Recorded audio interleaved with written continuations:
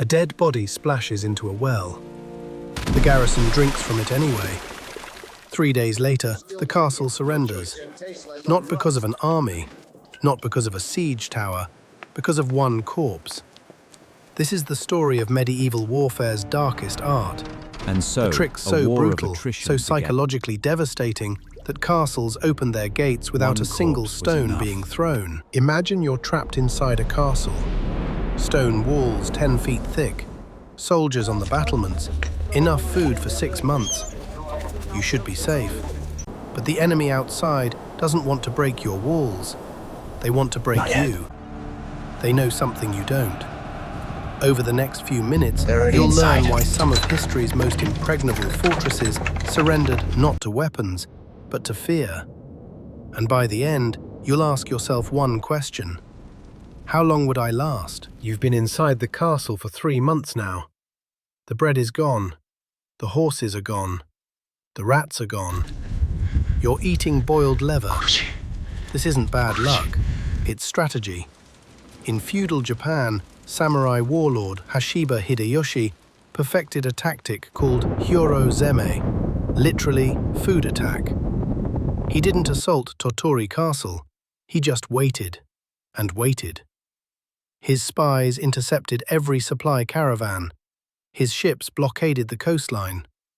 Inside the castle, 4,000 men watched their food stores dwindle to nothing. Day by day, pound by pound. The result wasn't a battle, it was a massacre. When Hideyoshi finally breached the walls, he found a garrison so weakened by starvation they couldn't lift their swords. The siege became known as the Slaughter of Tottori Castle. Would you surrender before reaching this point? Or would you hold on, hoping for rescue that never comes? Here's the terrifying truth about starvation sieges.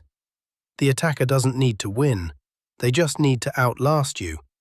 And they always had more food. Starvation takes weeks, but fear? Fear works instantly.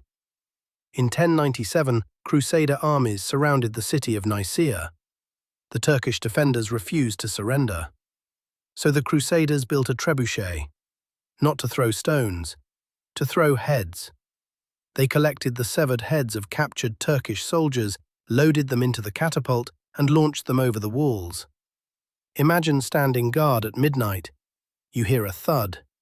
You walk to the edge of the wall. Your friend's severed head stares back at you. His eyes are still open.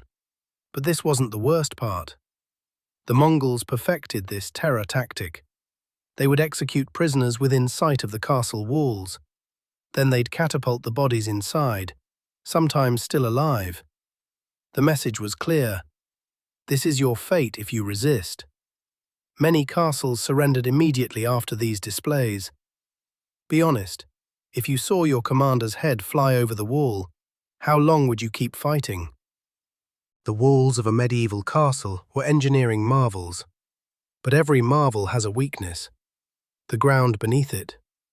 Mining, digging tunnels under castle walls, was one of the most terrifying siege tactics ever devised. Here's how it worked. Attackers dug a tunnel from their camp, heading straight for the castle foundations.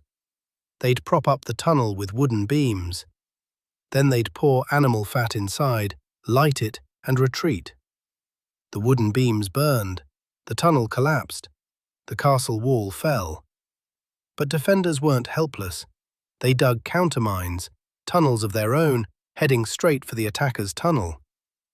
At St. Andrew's Castle in Scotland, you can still visit the exact spot where defenders broke into the attacker's tunnel.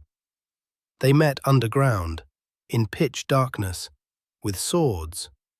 Imagine swinging a blade at a sound in absolute blackness, knowing the ceiling could collapse on everyone at any moment. Would you volunteer to go down there? Or would you surrender before they called your name? By now, you've survived starvation, terror, and underground combat. But the attackers have one more trick, and it will change the world. In 1346, the Mongol army of Khan Janibeg surrounded the Genoese city of Kaffa. Then plague struck the Mongol camp. Soldiers died by the hundreds. Their bodies turned black. their skin split open. Most armies would retreat. The Mongols did something unthinkable. They loaded the corpses of their own dead soldiers into trebuchets and hurled them over Kaffa's walls. The Genoese watched plague-ridden bodies crash into their streets. Within weeks, disease spread through the city. The survivors fled. They boarded ships and sailed for Italy. And unknowingly, they carried the Black Death with them. One siege, one desperate tactic, and millions dead across Europe. This actually happened. History's first documented biological warfare in the 14th century. The Mongols didn't need to storm the walls. Their dead soldiers did the work for them. We've covered starvation, terror, mining, and biological warfare. But the most brutal trick of all? Making the castle surrender itself. In 1266, the Mamluk Sultan Baybars surrounded Safed Castle, a powerful Templar stronghold. Direct assault failed. Mining failed. Psychological warfare failed. So Baybars tried something else. He pretended to lift the siege. His army withdrew. His camp vanished.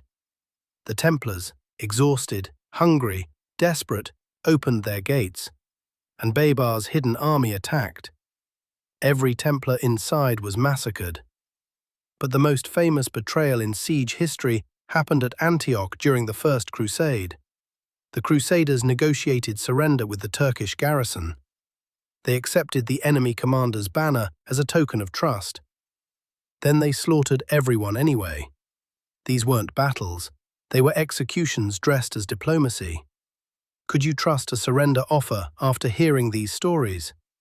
Or would you fight to the death, knowing what mercy really meant? A castle's greatest weakness was never its walls. It was the people inside them. Starvation eroded their will.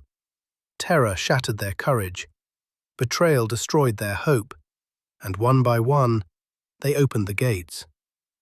The next time you see a medieval castle, remember, those walls didn't fall to arrows or siege towers. They fell to desperation, to fear, to the simple, terrifying knowledge that the enemy outside would do anything to get in.